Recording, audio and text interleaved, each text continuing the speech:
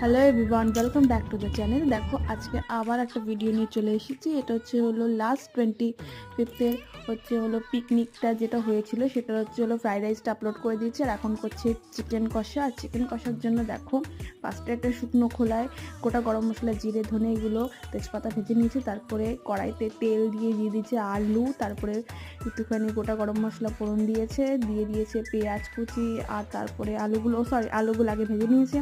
তারপরে দিয়ে দিচ্ছে পেঁয়াজ কুচি, তারপরে যা যা মশলা থেকে আদা রসুন ব্লা ব্লা ব্লা সব দিয়ে একদম মাংস দিয়ে দেখো খুব সুন্দর করে কষাচ্ছে।